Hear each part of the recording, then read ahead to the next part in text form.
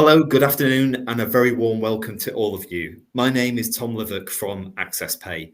Today's webinar is to discuss a market-leading payment factory solution from Nippon Sheet Glass, or NSG. In the UK, NSG is more widely known as Pilkington Glass, and the benefits NSG have realised from the payment factory are significant, and we'll talk that through shortly. I'm delighted to be joined by my colleague Karen Fagan, Head of Treasury Consultancy at AccessPay, and from NSG, Andrea Feay, Treasury Operations Manager, and Chris Davies, Treasury Risk and Reporting Manager. Karen, would you like to introduce yourself? Yes, hi. So as Tom says, I'm Karen Fagan. So I've been with AccessPay now for 6 months. Previously, I was at ITV and I was the Head of Treasury Operations there for 16 years, as well as being a customer of AccessPay for about 9 years. Thank you, Karen. Andrea. Yeah, thanks, Tom. Hi, I'm Andrea Feay. I'm the Treasury Transformation and Operations Manager at NSG Group.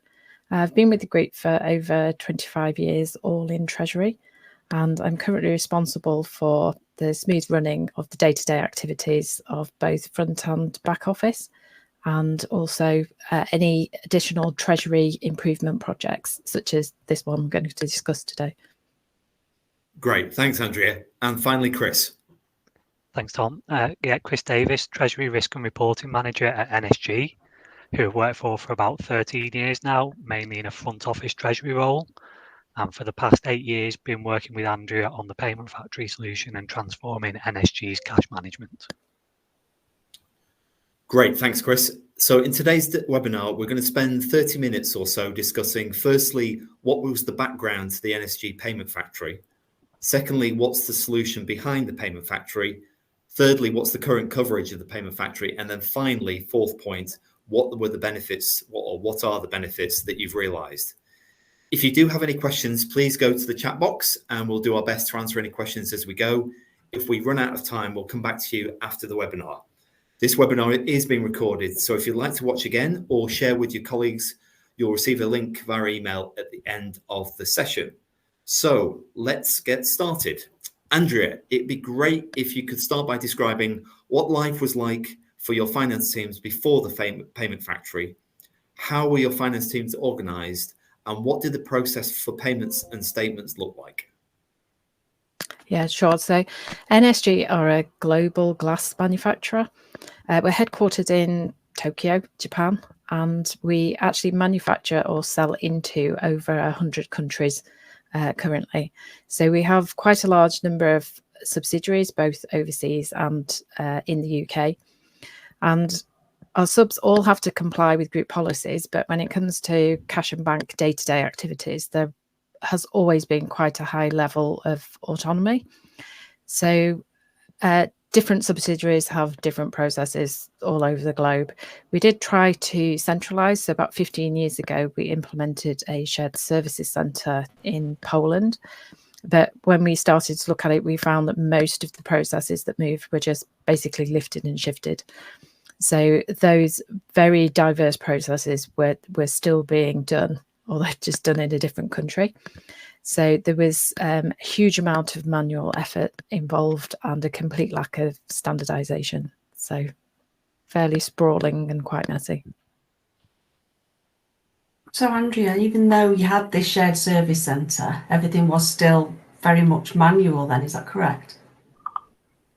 I'll take that one, Karen, thanks. Yeah, that's correct. So as Andrea mentioned, a lot of the processes have been moved as discrete items of work with no standardization.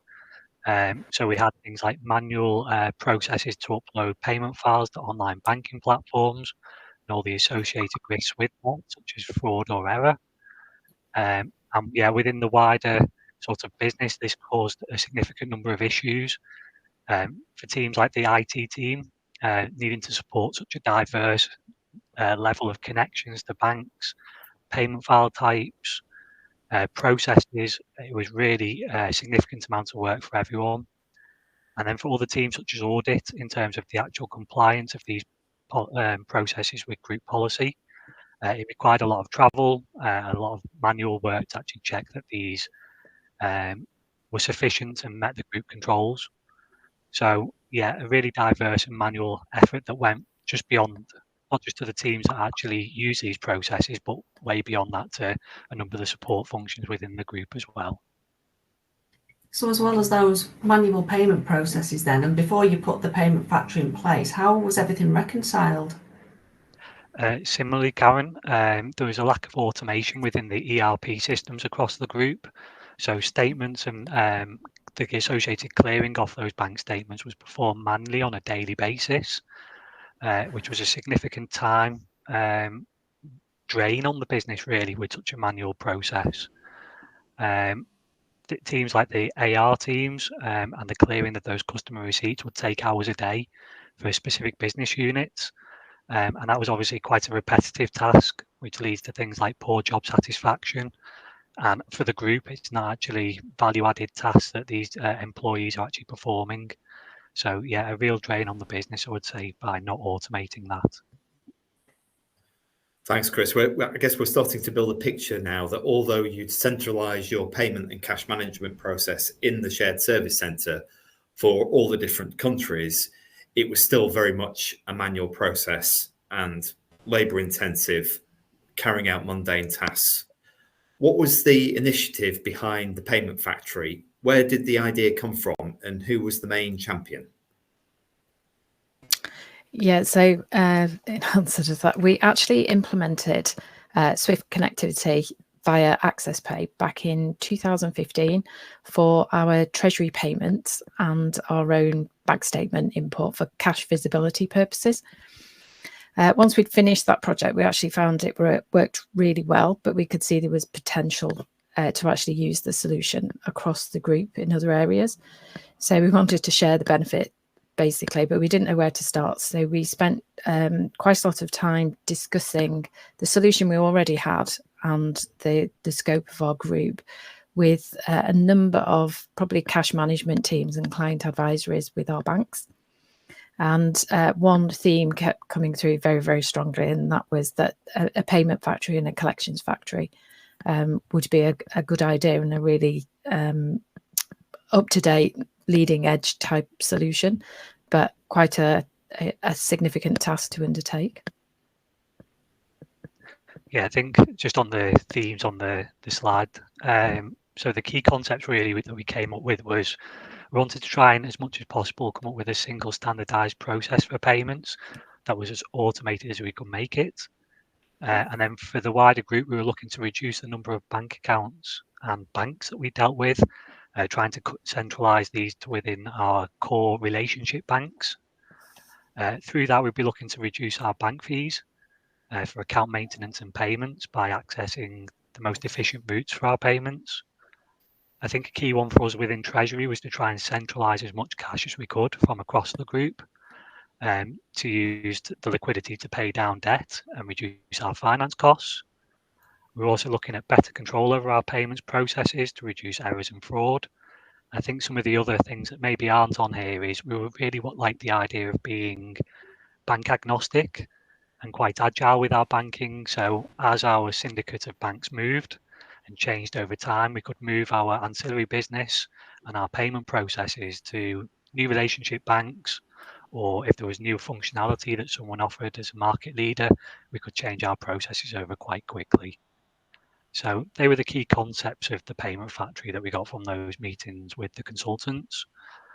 In terms of your question, Tom, on who's the main champion of this, I think as we've explained already, a lot of the finance teams were moving their processes across to the shared service centre, but they were really following that as a cost-saving measure, moving to a lower cost base, and didn't really see the need for this type of project.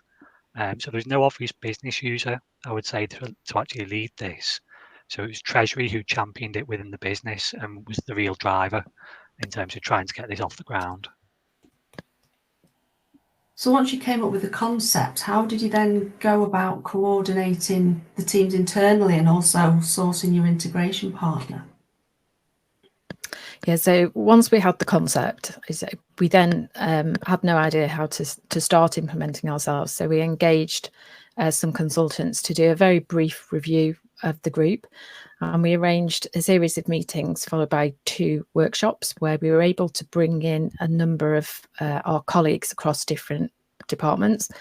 So we were able to bring in some of the finance controllers across a small number of subsidiaries, various departments from our own IS team, and then a number of people came across from the Shared Services Centre in Poland to talk us through the current processes.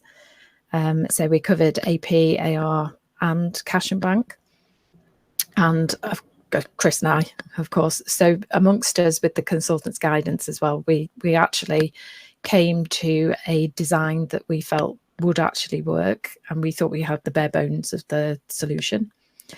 So then after we had that, we then were able to speak to various suppliers, so implementation partners, if you like, and we concluded we wanted to go with SAP S/4HANA for our Treasury solution part of it, because we wanted to future-proof the solution. And at that time, it's back in 2016, so the S/4HANA functionality, particularly around in-house bank, was relatively new. Not many people had implemented it, so we didn't have a large number of people who could act as reference sites.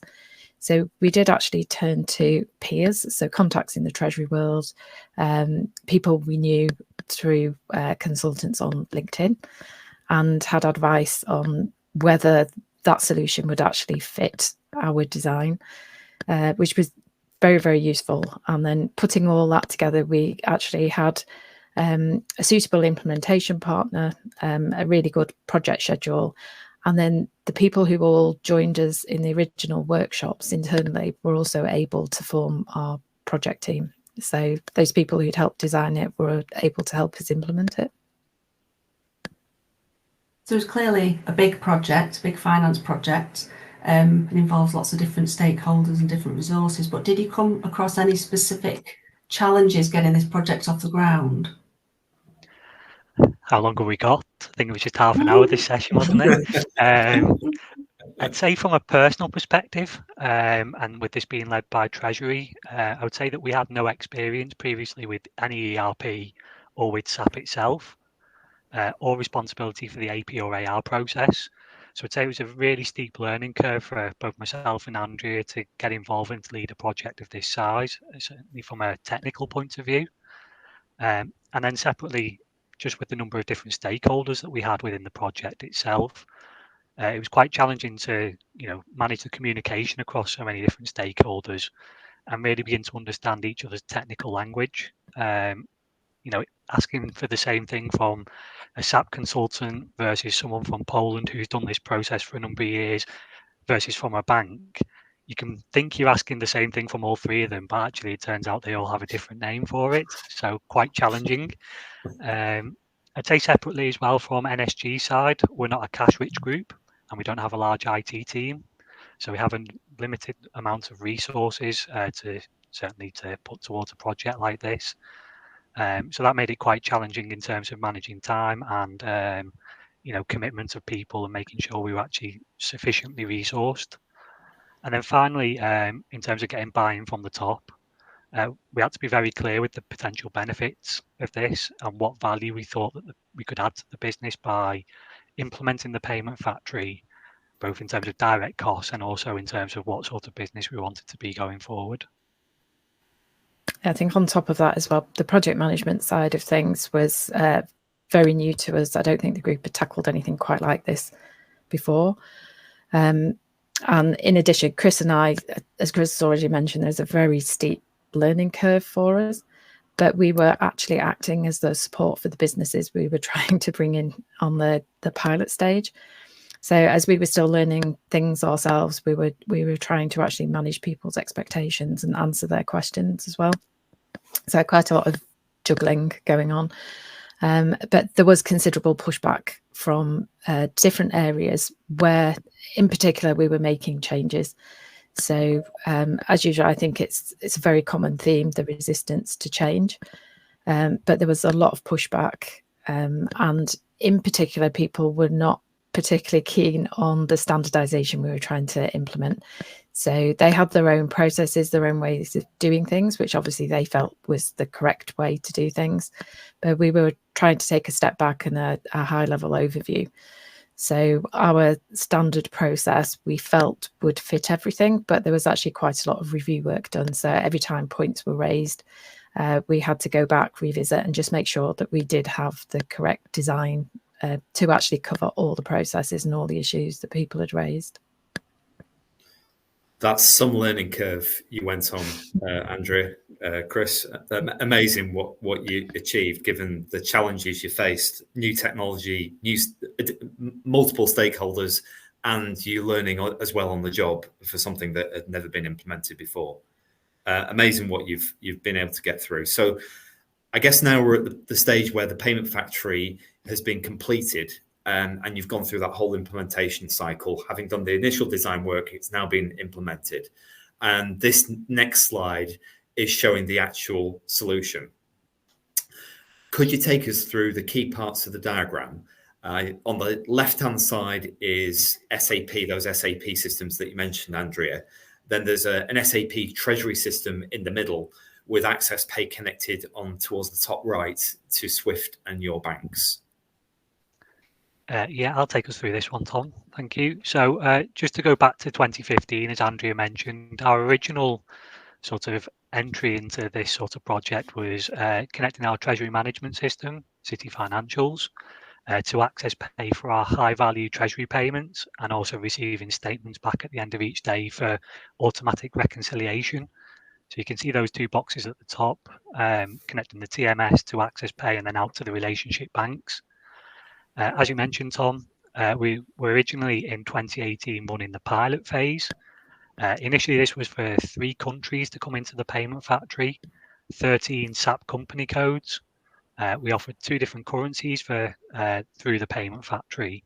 And then in terms of services, we offered payments on behalf of our subsidiaries, receipts on behalf of using a virtual account structure, a collections on behalf of functionality where we will collect direct debits from our subsidiaries customers on their behalf, and also electronic bank statements offering, so bringing back MT940 statements for end of day automated clearing. And this was through 3 relationship banks. In terms of the infrastructure that we put in place, yeah, on the left hand side, we have our local SAP system. So this is where all the companies have originally had their ledgers and operated from. So historically, they would have been sending payment files directly from those using a variety of processes and a variety of connection methods out to their bank. With the implementation of the Treasury box, so that's the S/4HANA implementation in the middle, we now connect via a secure pipeline to all those subsidiary systems. They send internal SAP messages into our Treasury box where we create a payment request. They're all processed up and manage the intercompany positions on that box. Electronic approvals are conducted there. And once they are approved, they are sent via a double encrypted pipeline through to AccessPay and then released via the SWIFT Alliance Like 2 network out to any of our banks globally that we have connected to. From there, we also get messages back into the system. So when we send a payment file, we receive a payment status report back quite quickly, normally within 5 minutes, advising that the bank has accepted that file or rejected it and the rejection reason. And then at the end of the day, we get the MT940 statements back, where they're automatically posted in the Treasury box. An end of day process runs, and all transactions that have been performed on behalf of our subsidiaries are posted to an intercompany statement, which is passed back to the local SAP systems where automated clearing is performed as well. So one of the key aims, as we said all the way through this, was the automation side. And I would say that when the businesses actually execute their payment runs, pretty much everything is automated all the way through. And then on the way back as well to the reconciliation side, even down to the customer receipts, we've gone up to, hitting 70-80% of automatic clearing of those. So I think it's been a huge success in terms of the linking back to the concepts we were originally aiming for. So if this was the 2018 pilot, what were the key challenges and takeaways at that point? And in hindsight, was there anything you'd have done differently? I would say our key challenge was the people management side of things, keeping everybody happy and everybody on track. And as already mentioned, there was the huge steep learning curve for Chris and I, and also the expectation that we would support other parties through the changes. And this was all on top of our day-to-day jobs. So yeah, time management was a little bit of an issue. I would actually say, though, I don't think there's anything we would do differently. However, we learned a lot from the pilot phase to take into the following phases, particularly the time spent fact-finding before attempting to implement the solution for any particular area. Understanding the local team's situations and their concerns in particular, spending that time with them and addressing all their points seems to make them feel heard and a part of the project. And we did actually find in later stages we were getting much better buy-in and better support by having people feel that they've been a part of the process. Thanks, Andrea. So that time spent fact-finding and liaising with the local team sounds like it really helped you get the project, even though it was a challenge, made sure the project was ultimately a success. We've now jumped forward 6 years. So this slide is now showing the scope of the project in 2024 and what the payment factory looks like with 9 different outbound payment methods, 2 inbound payment methods, 10 currencies, 17 countries, 48 legal entities, and 300 affiliate accounts. Some amazing success, real success. It's clear that you've been so busy since the start of the payment factory journey back in 2016. Would you be able to take us through the journey from when the service went live, so that pilot phase in 2018, to what we see here in 2024? Yeah, sure. So I think just to take a step back and say probably a key part of our success early on was during the pilot phase, we created a new team in the shared service centre called Treasury Services Poland to operate the payment factory.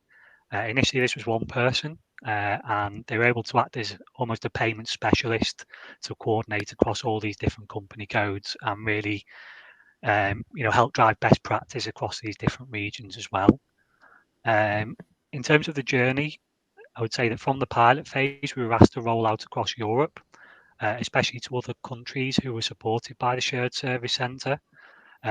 Because of the size of the efficiencies and admin savings that were possible, they were very keen, obviously, to have this implemented as soon as possible and to really maximise those savings. Just to put that into perspective, when we were implementing the pilot phase, there was originally a plan to build a second building at the shared service centre site because of the number of the entities across the business who are lifting and shifting their processes into the shared service centre itself. But due to a lot of the operational changes that we were able to make with the payment factory, the automation and the time savings allowed, actually it was no longer required. So the shared service centre were actually able to take on more work with less people, which really does show the amount of time saved for the business across the group. So it's really grown over the past 6 years. We did have a slight pause during COVID, but we've been able to expand it. So we're able to cover most of our European activities, North America and Canada. And on rolling out our development phases, we actually had a sort of a 2-pronged approach. So rolling out existing functionality was often done just using internal teams with no external consultants. And then we were able to bring in external consultants where we needed additional functionality building in. So it eventually became quite a beast, as you can see there. So I think the next slide will give the opportunity, Chris, to talk through some of the benefits, because it's clearly an impressive project, and it's probably gone way better, or the savings are probably way more than you expected. So if you could talk us through those, that would be great. Yeah, of course. So from a treasury perspective, which is obviously mine and Andrea's main area of focus, I would say that the liquidity optimization and the resulting finance cost savings has really been much higher than we originally anticipated. I think that's partly due to both the increased coverage across the group, so by being able to centralise more liquidity from a wider pool, but also I would say as well that the increased rate environment over the past few years has really meant that every pound that we save is worth more to us within Treasury.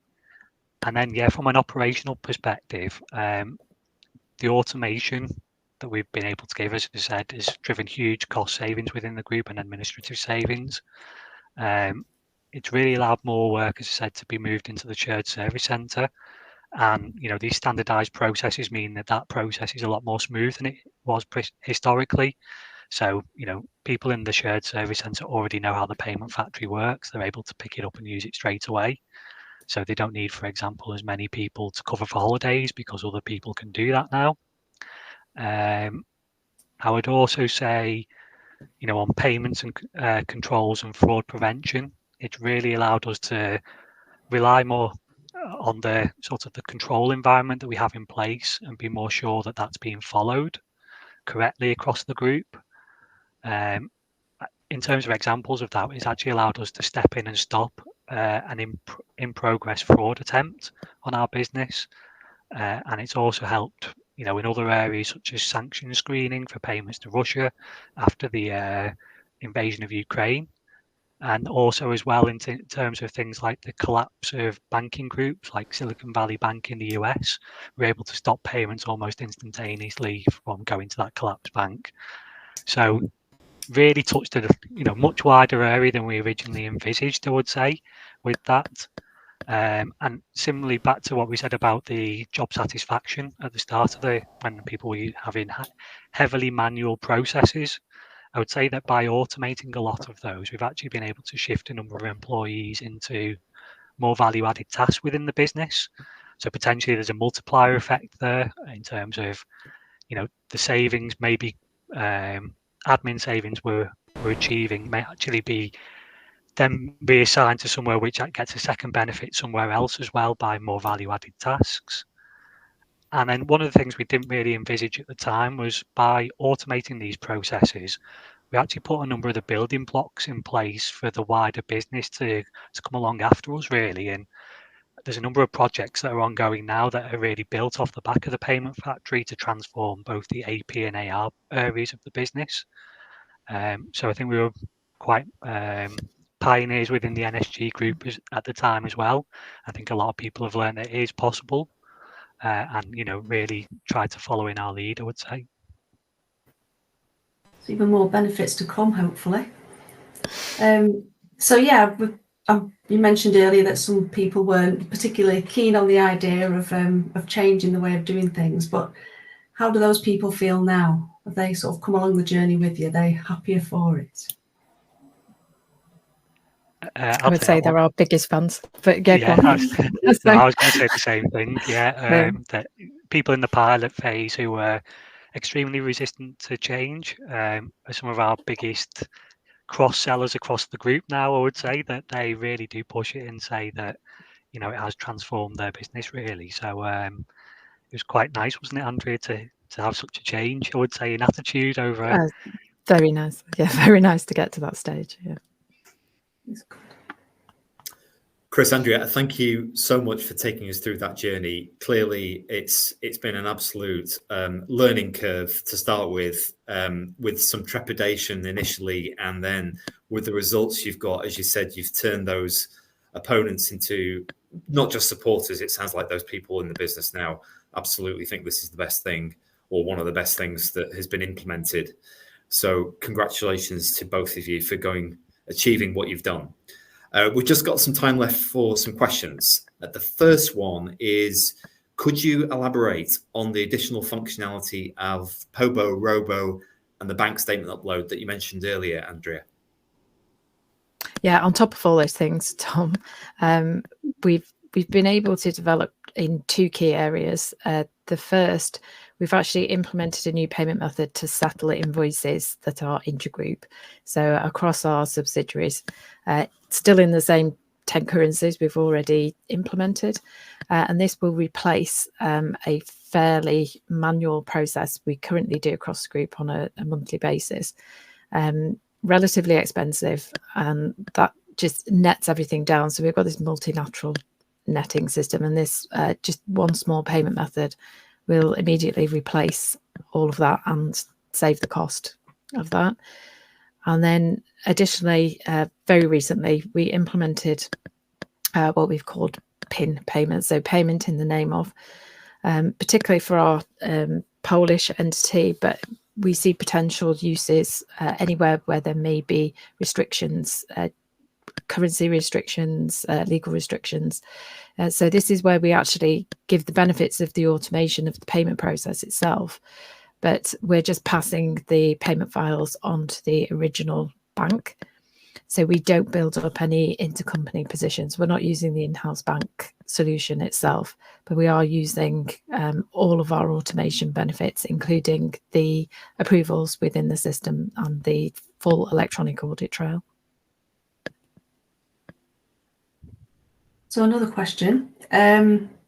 So this one is regarding what the future looks like for the payment factory at NSG, and what are your plans now? I think in terms of our immediate plans, we're really looking to push to maximise the benefits of the Robo and Kobo functionality across the group, trying to maximise the centralisation of liquidity. As we discussed earlier, the benefits of that are enormous for us within Treasury, but also the wider business. In terms of where we're going next, we're looking to explore a rollout of the functionality to both the Asia and South America regions.